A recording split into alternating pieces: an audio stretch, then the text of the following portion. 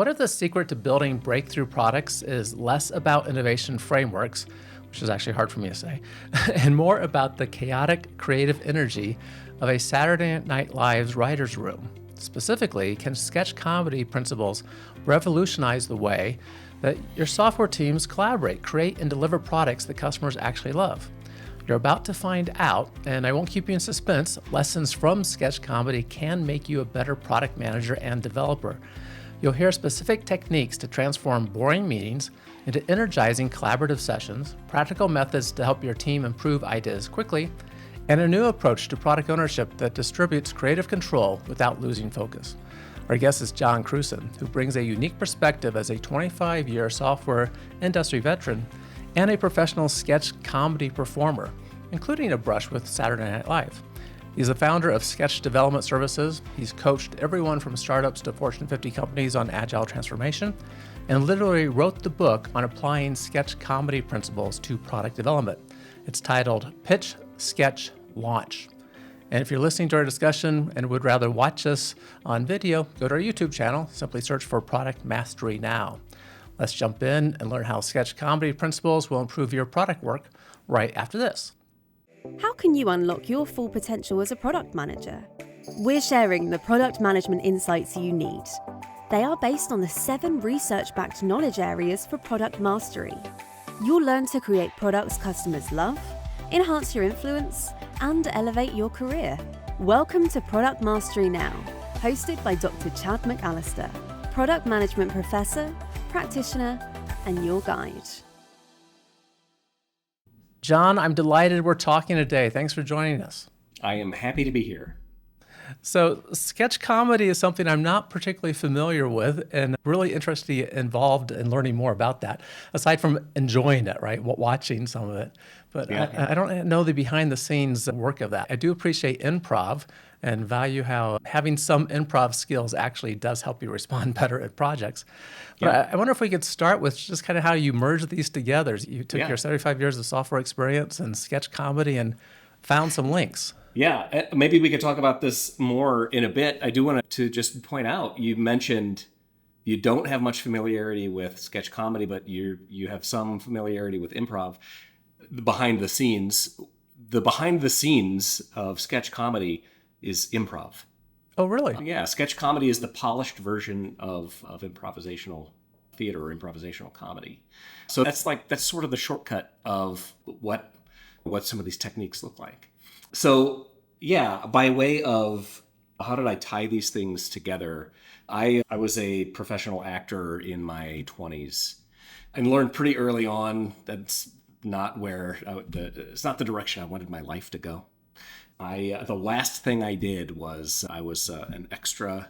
I was a background player in a sketch on Saturday Night Live in the late 90s.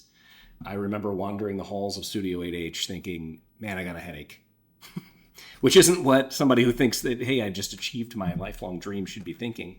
Right. So at that point, I swapped my hobby and my career. I'd always written software as a hobby. Starting when I was 10, I learned how to code BASIC on my dad's Apple IIe in the 80s. I'd always kept that with me. I got you beat. Mine was a Commodore VIC-20 and then a Commodore 64. Right? Whoa. Yeah. These things start with us when we're babies, right? Yep. Yeah, so I decided to try my hand at writing software professionally. I would say I was a mediocre software developer, which made me well suited for management. And management roles turned into leadership roles, and from there into consulting. But as I was in the midst of leading these software development teams, I found myself relying more on the training that I received as an actor and as a director than I did as a technician. That these things that we're creating, these features, these little isolated, let me just get this one smart thing into the software solution, that felt very familiar to me in the way that operating in a sketch comedy team felt familiar. We build these features as a team. We build them in highly vulnerable situations. We build them without knowing whether what we're going to build is going to satisfy our customer. In much the same way that a sketch comedy team has no idea if the sketch they're building is going to be funny. But they mitigate risk by the fact that at worst, it's only 3.5 minutes long. So it's this tight, independent unit of value where the risk is mitigated by the independentness of it.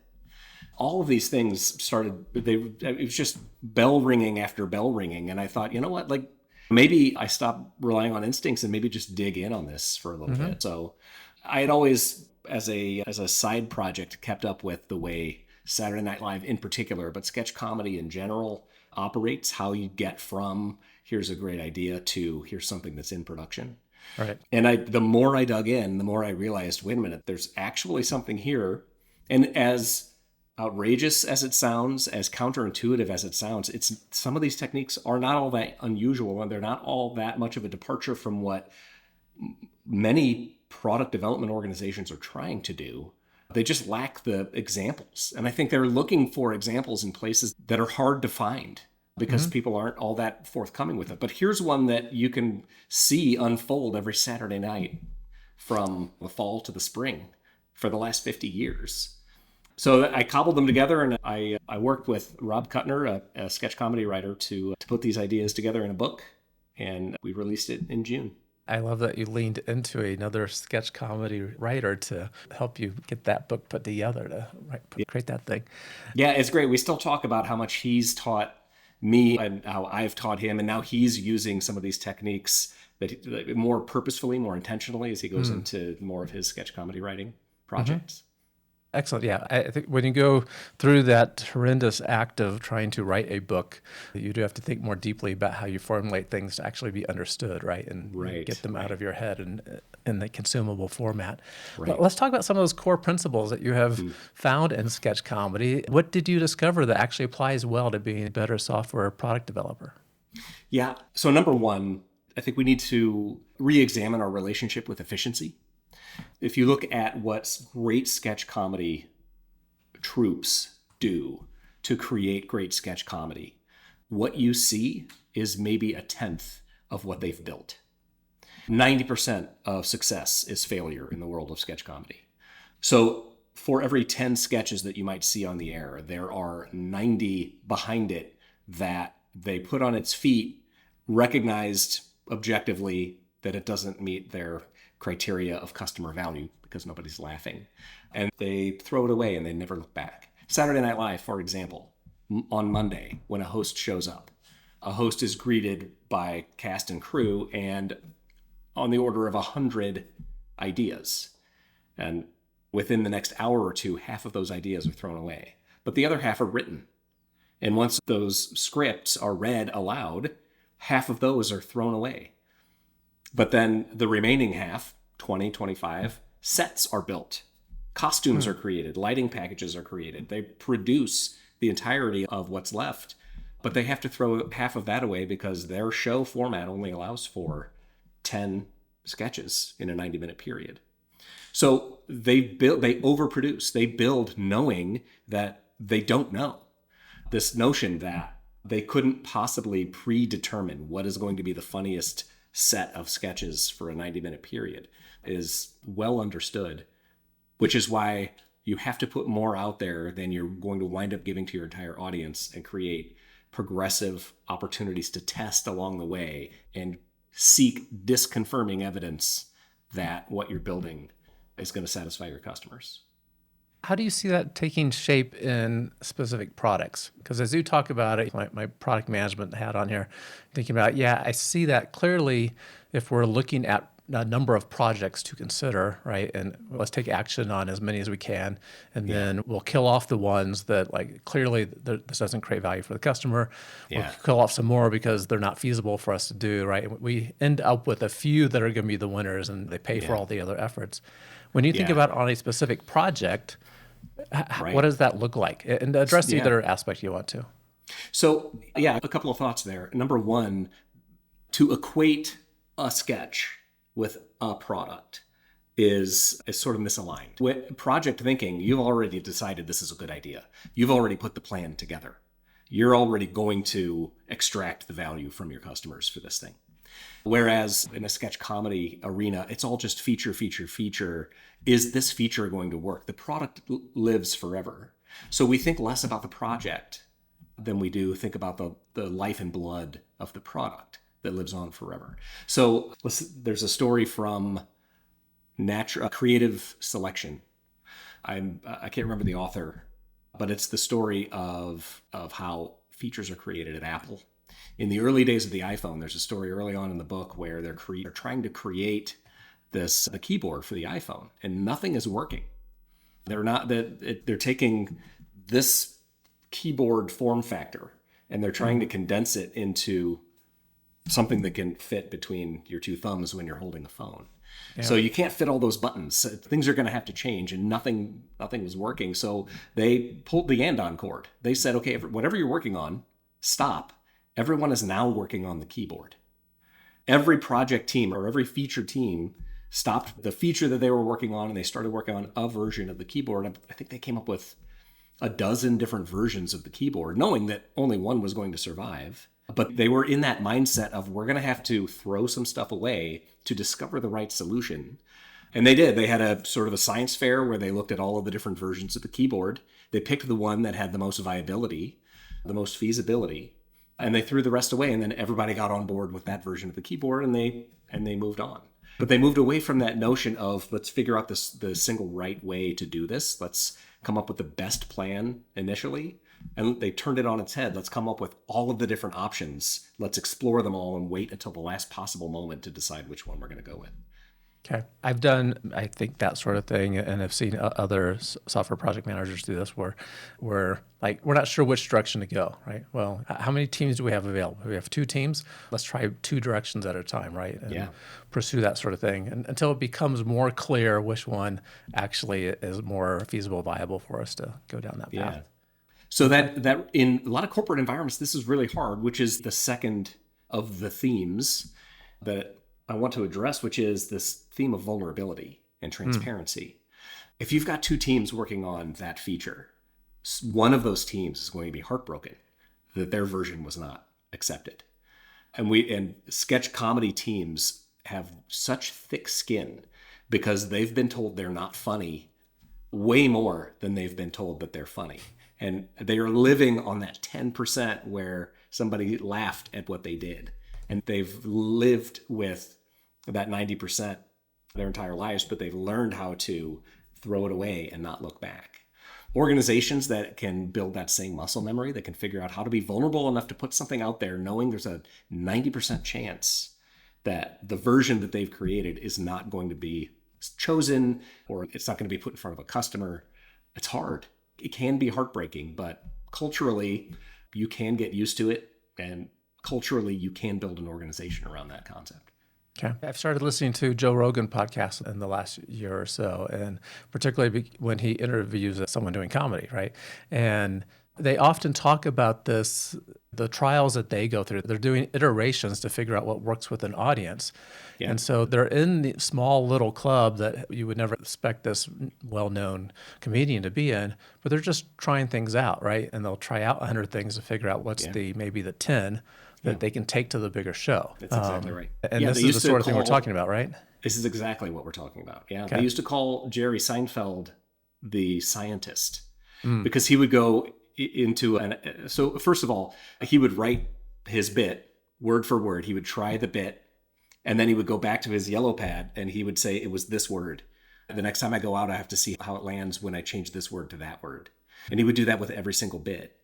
And secondly, he had this pattern of that safe space to fail, where you can deliver to your target market, but you're not delivering to the entirety of your target market. Right. So he would show up unannounced in Dubuque, Iowa, at some comedy club where everybody's already inebriated and they won't remember that he showed up anyway. And if they did remember, all they remember was, hey, Jerry Seinfeld was here.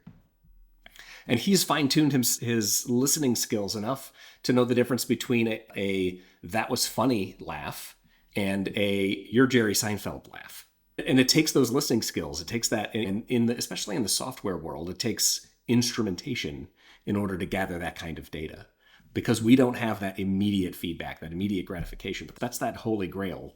I put it out there, now tell me what's working and what's not working, so that when it's not, I can take it out. Right. Right. And as you said, kind of building up that thick skin for when you don't feel like you got it right. The vulnerability is a real thing. I tell my university students in this graduate program that I love doing with them to always fall in love with the customer's problem, not your solution.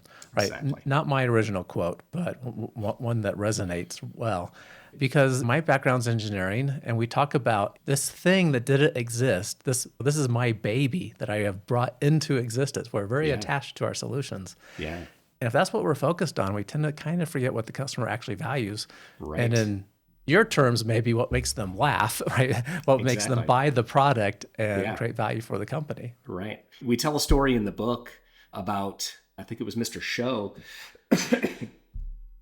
One of the writers bought this ridiculous costume for $3,000, which writers don't have a budget for writing sketches or pitching sketch ideas. But he was so convinced that there was a funny sketch behind this costume that he bought it, and ultimately discovered that, well, I guess I'm just going to have to throw this $3,000 away, because his idea, when he actually got to the pitch meeting with his fellow comedians, it was obvious it wasn't going anywhere. So he tried as much as he could, but ultimately just bagged the idea. Hey, $3,000, on to the next one. That's expensive. Right. But we do have to figure out what's going to be a winner and what's not. And we need to get that idea of falling in love with the solution, that comes in many forms. So it can come in, an engineer can fall in love with their design, right, the way they've designed the solution. But a project manager can fall in love with the way they've planned the execution of that solution. There are a lot of steps along the way where we can become entrenched and we can identify ourselves with the way we get to the end of that particular solution. So there are a lot of things to untangle once it's discovered by someone that isn't the solution that is going to please our audience.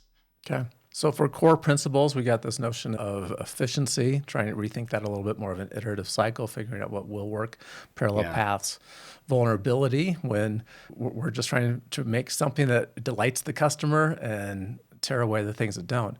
Other core principles that you see from Sketch? Yeah, always being ready. So it's funny, it's the 50th anniversary of Saturday Night Live this year. So Lorne Michaels is sort of everywhere. Lorne Michaels he's always been my internal quote machine. Like every problem that I run into, there's a Lorne Michaels quote that can solve the problem. But he's sort of famous for, we don't go on because it's ready, we go on because it's 11:30.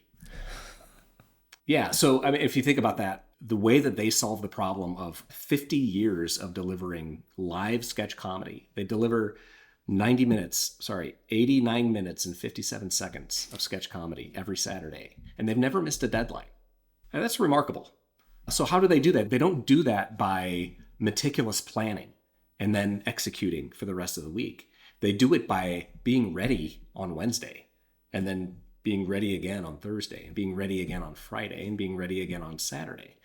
They don't aim to be perfect. They aim to have whatever the best version of what they can get by Saturday available to their audience. So if you look at their flow from Monday through Saturday, they start with a clean slate on Monday. And their goal is to be ready as quickly as they can from Monday. They pitch the ideas Monday, Tuesday, they write the ideas. Wednesday, they pretty much have a good sense for what the 200% of what they're going to deliver is going to be. They deliver all of that. They get it ready, readier. It's 11:30. So rather than try to figure out the most efficient way of landing this plane, they figure out the most valuable way of landing the plane. So that 90% of a solution that you can't deliver is way more valuable than 100% of the solution that contains 90% of what you wished it would have been. Right. Yeah. That notion, I realize some people dislike this phrase a lot, but that the great is the enemy of good enough. Getting stuff done is pretty important, and being ready to produce something. Right. Now, a lot of people understand that in principle. And when it comes to when somebody points it out to them, hey, maybe you're squeezing this thing too tight. Maybe we should just release this thing now on a spot moment. But by process, I think that's the difference of what we're looking at here. Their whole process is almost guaranteeing this notion of you're not going to let the perfect be the enemy of the good. Yep. It suggests also that Saturday Night Live analogy of working through the week. I'm sure this isn't always the case. I've read about some of the stories of guest hosts that have disrupted the culture a little bit, but they still got it done. But it does suggest that culture, that teamwork that is formed is pretty important. And I want to dig into that a little bit with you. Back to this notion of kind of that creative process. And so start with as many ideas as you can and figure out what is going to work. From improv, right? My only one workshop I've taken in improv, so I know really nothing about improv. But a tool that I did that I took away from that was the yes and approach. I'm thinking internally that idea really stinks. But what I want to say out loud is, well, how can we make it better? And what about this? Yeah. How do you go about that kind of helping that creative process in the team, the product team, improve? Yeah. There's this notion in comedy that doesn't really exist in other product development arenas of riffing. There's no space to play. We're under immense pressure to deliver, and we just cut out anything that is perceived as fluff. But here at Sketch, we've got dedicated play days where all we do is riff. Like, oh well, what if? And what's great is generative AI that allows us to do this because a harebrained idea that really just needs to get out of our system.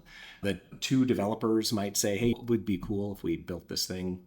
Where in even just a year ago, it would have taken them 6 months to even get out there enough that they can say, this was terrible. We need to let this thing go. Now we can do 5 of those on a Friday.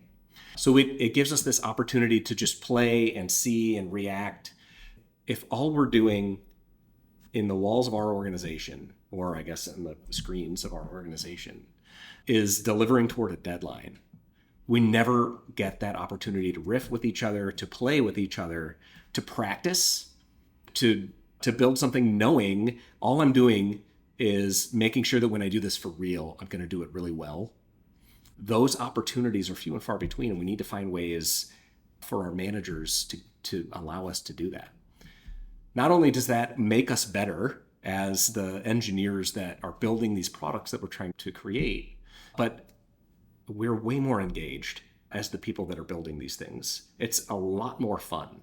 And your mood when you're building something is going to show up in your product. Yeah, absolutely. There's some tension in here. I want you to help thread the needle through this tension, because if we use the Saturday Night Live example again, no doubt there's riffing going on as those ideas are developed, but we also know the performance time is coming, right? Yeah. We are going to have an act whether we're prepared or not at that given time, you said. That's right, yeah. Go ahead. Where it gets interesting, because that's where their model of accountability sort of acts as a check and balance. So there's 2 layers of accountability. There's accountability for the entity, Saturday Night Live, plus any given episode. And that accountability is owned by Lorne Michaels. He owns the vision of the show, and he owns the quality of any given episode, because at the end of the day, he's the one picking the sketches and the order of the sketches and basically the shape of the show. Meanwhile, during the week, independent teams of writers and actors and designers are creating these sketches, and they have 100% autonomy over what these sketches look like. Their boss is not saying, I don't like the way that sketch is shaping up. I want you to change it to this or that. They have 100% control over what that sketch is going to look like. They just don't have autonomy over whether or not that sketch is going to show up at 11:30. Right. So you can have all of these independent units developing as long as you have this overarching accountability over whether or not those things that got built get selected to be part of the end product. Okay. And it's that autonomy and that ability to play and that ability. It's almost like the riffing is built in, but so is the cap on the riff. At some point, and that point is the Wednesday read through, you're going to have to give me a script. If I don't have a script, your sketch is not getting on. At some point, you're going to have a set. If I don't have a set, I don't have anything to evaluate, your sketch is not getting on. Okay. So given the agile development world, I mean, think about Scrum specifically, as it's everywhere, it seems like. Who plays those roles, right? Who has that accountability? Is this the sponsor for the work? Yeah. So I feel like more and more I'm in the minority here in my defense of Scrum. Scrum actually works for me. And I've been in a lot of environments where Scrum has not worked, and I completely understand why. I resist, because it has worked for me, I resist to join into that conversation that says Scrum doesn't work. It works in the right conditions. And I think more often than not, the solution is change the conditions rather than change the process. So yeah, in a world of Scrum, you can start from the textbook where you've got your product owner, your Scrum master, and your development team. You see this playing out in Saturday Night Live. Lorne Michaels is your product owner of the overarching product, has autonomy over the vision of Saturday Night Live. His vision is, I want a show that speaks the language that kids are speaking on the street. My target demographic is 18 to 29-year-olds. I don't care if the 50-year-old tells me that the show isn't funny anymore. That's not who I'm aiming for. So as a 50-year-old, I don't think the show is funny anymore. And I appreciate that. I appreciate the fact that I'm just watching somebody else's product unfold every week, and I get to admire it for different reasons. The downside is it doesn't make me laugh anymore. Right. Okay, so he has a development team, much like Scrum would recommend, that doesn't really have a say in the vision, takes part in the conversation, influences the vision, but primarily executes on the vision. And the better that the visionary can articulate the vision, the better the development team can autonomously execute on it. But they've also got the Joe Dixo, the Don Roy King, the Liz Patrick types, stage managers and directors at Saturday Night Live, Kenny Among, who don't have a say in the vision. They were hired by Saturday Night Live, do not appear on the show. They're not cast members. They don't execute. Right. They're there to facilitate, to make sure that Lorne has everything he needs, to make sure that the writers, the designers, the cast members have everything that they need, because the show must go on. So you've got that vision, focus, and execution component. And as long as that is fully encapsulated, then Scrum is going to work just fine for you. But if you have to outsource your vision, if you have to outsource development, or if you have to outsource facilitation, it's going to be tough because it's not fully encapsulated. You've got individuals that are reporting to other entities in your company that have their own agendas. They've got their own priorities. You've got to figure out a way that the team can show up every day with vision, focus, and execution embedded in the team. I just think it's really interesting the way Saturday Night Live has sort of created that fail-safe that says you can create all you want, and we're laying the groundwork for you to create. It's just that we only have room every week for so much of it. Right. Yeah, there's only so much that can make in, given the time we have and given what will actually be valuable. So that, for some organizations, that elevates the role of the product owner, it sounds like. Yeah, the visionary. I wanted to drill into this a little bit more about how do you think about that product owner's responsibilities? In what capacity? So, and you've been doing agile transformations for a long time, and as you said, we're kind of in this new period now where maybe I see more hybrid approaches than pure agile. But when this became a thing in big organizations, 2000, 2010, kind of that era, product owners were coming in, and some organizations were being told that your product managers are now your product owners. And they're going to be the ones that tell the team what the customer wants done. Like, oh, okay, that sounds great. Well, how much time should we be spending with the customer? Oh, product owners don't have any contact with the customer. Maybe that's your sales channel that brings it right. Yeah. It got very messy and convoluted. And from a product management perspective, it was weird. How do you view the utility of that product owner role today? What should that be like? So the product owner is the customer. And if the product owner isn't the customer, the product owner knows more about the customer than anyone else on the team. I used to say that the product owner's responsibilities were split into thirds, roughly. A third of their time they're spending with the market. They're spending with their customers. They're understanding how they're interacting with the product that's being delivered, how it's not solving their problems, and where it is solving their problems so that they can tell more customers. A third, just understanding psychographically, demographically, usage patterns so that you could create the personas, that sort of thing. Another third is spent understanding the product, and it sort of manifests itself in the backlog. And that's their ability to write and to convert what they've learned from the customer into some tiny unit of value that can be ultimately delivered And then the other third is spent with the team, understanding concepts of engineering and understanding what is possible and what isn't possible, and replicating what they've learned about the customer into the minds of the developers so that they don't think that they're just developing for themselves. They're not making assumptions about, oh, this person would probably want to do it that way. There is no question because they're getting the story. The best product owners are the ones that are tugging the development team along with them so that they can see as clearly as the product owner is seeing, this is the customer. This is what the customer is dealing with. Right. As opposed to the product owner who is putting the stick in the sand saying, no, I'm the one. I'm the individual that gets to understand. And my livelihood is based on my ability to articulate to you what it is that they want. Yeah, it's a big difference. In the latter, there has more ego involved than actual desire to solve the problem for the customer and get everyone involved in doing that. So yeah, I appreciate that.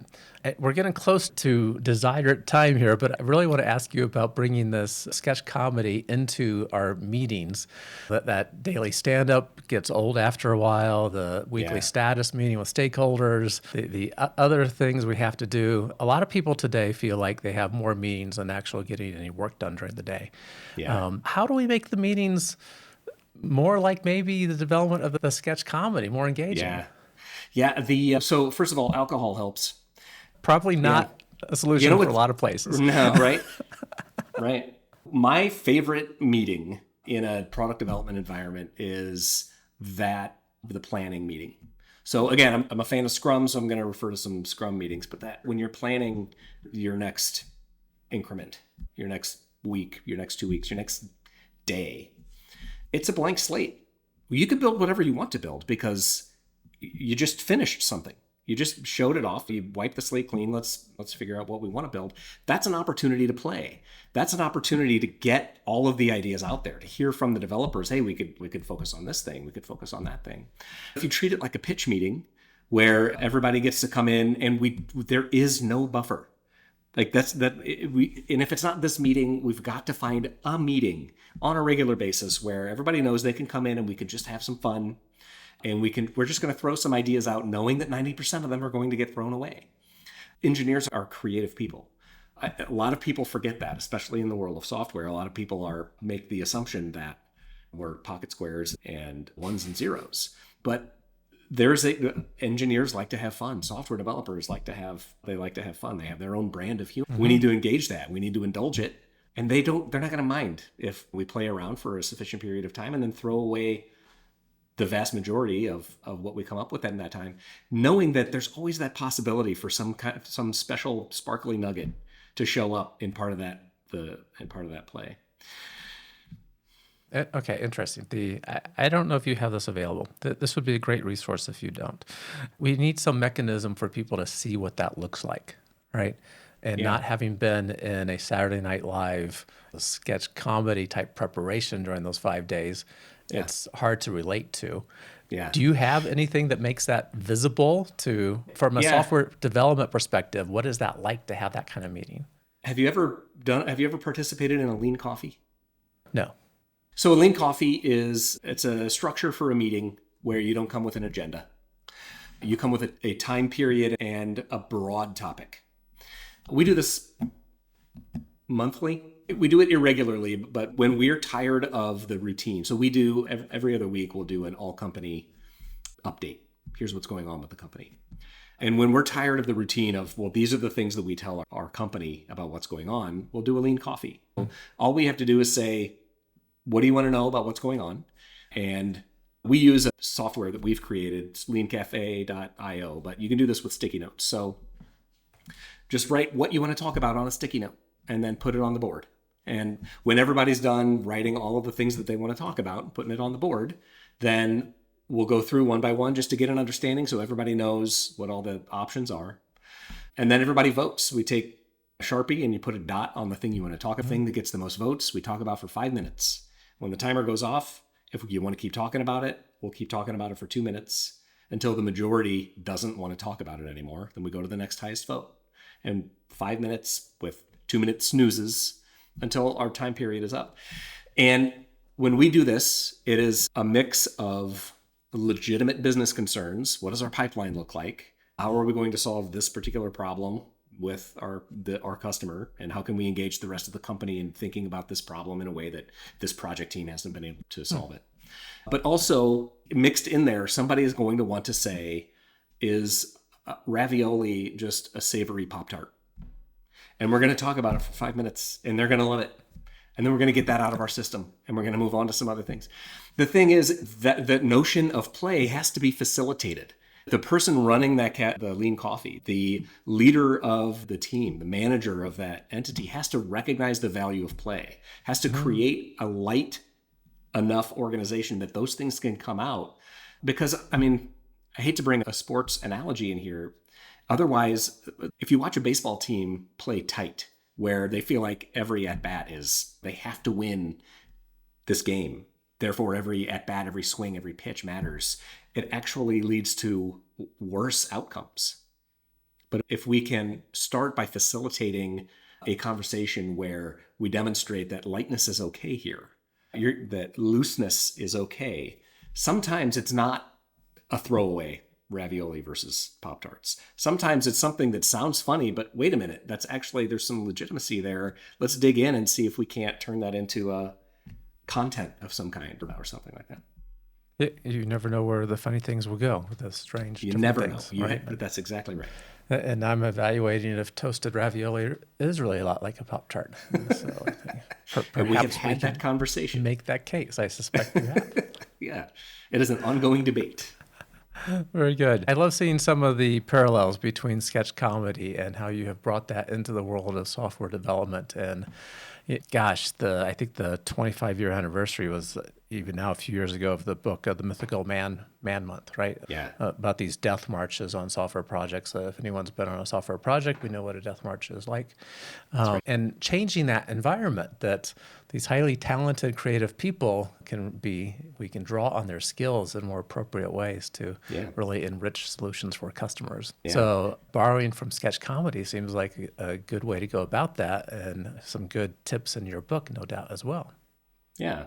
Yeah. I mean, the other thing that we make clear in the beginning of the book is this isn't a joke. Sketch comedy is funny, but every single sketch comedian that has made a career out of sketch comedy, and they take it very seriously. Yeah. Right. So creating a loose environment is not a productivity hit. It's actually a productivity improver, because they take this thing very seriously. They know what they're after. They know what they need to do. And software developers especially are the same way. They take their craft very seriously, and they know that they're on the hook for delivering a great solution to something. So they're not out to just turn their career into debates about ravioli versus Pop-Tarts. But it helps. It helps. Yes, it helps. Excellent. Well, thank you for the ideas, for sure. We do like to talk about quotes, and I asked you to bring a quote to us. I think you actually brought two. If you could share those and explain them a little bit from your point of view. Yeah. Yeah, the one I already mentioned, Lorne Michaels, we don't go on because it's ready.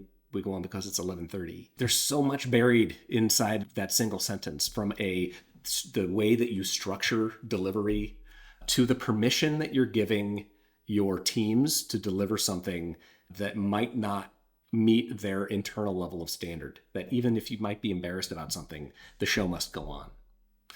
So that's one of my favorites. We could kind of talk about that at length. But the other one, I said this to a group here, and they suggested I turn it into a quote, so I started saying it. Nothing great was ever built by the team that couldn't wait to clock out. I think we've heard echoes of that in our conversation here, but if you create an environment where your people are doing the work, but they don't love it, they don't love to be there, that's going to show up in your product. Your product is going to feel to its customers like it doesn't really want to be there. Right. So if you want to create a product that feels like it was created out of passion, that feels like it was inspired, then we have to create an environment for the people who are building it to feel inspired and to feel passionate, and to give them the freedom to build the things that they want the way they want to build it. Yeah, I love that.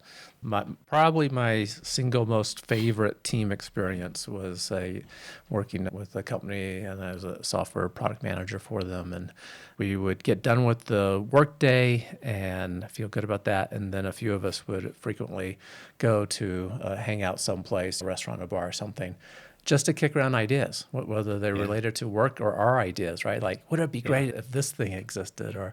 And just love that energy that people brought. Just want to discuss new ideas. It was great fun, and we loved working together. And the leadership of that company can't control that, but they can cultivate it. They can create optimal growing conditions for that team to behave that way. Yeah, very good. Excellent. How can people find out about your company, the work that you do, and this book?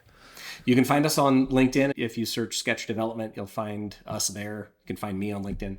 Our website is sketchdev.io, and from there you can find anything you're looking for, from the book to speaking events to the software services or consulting services that we provide.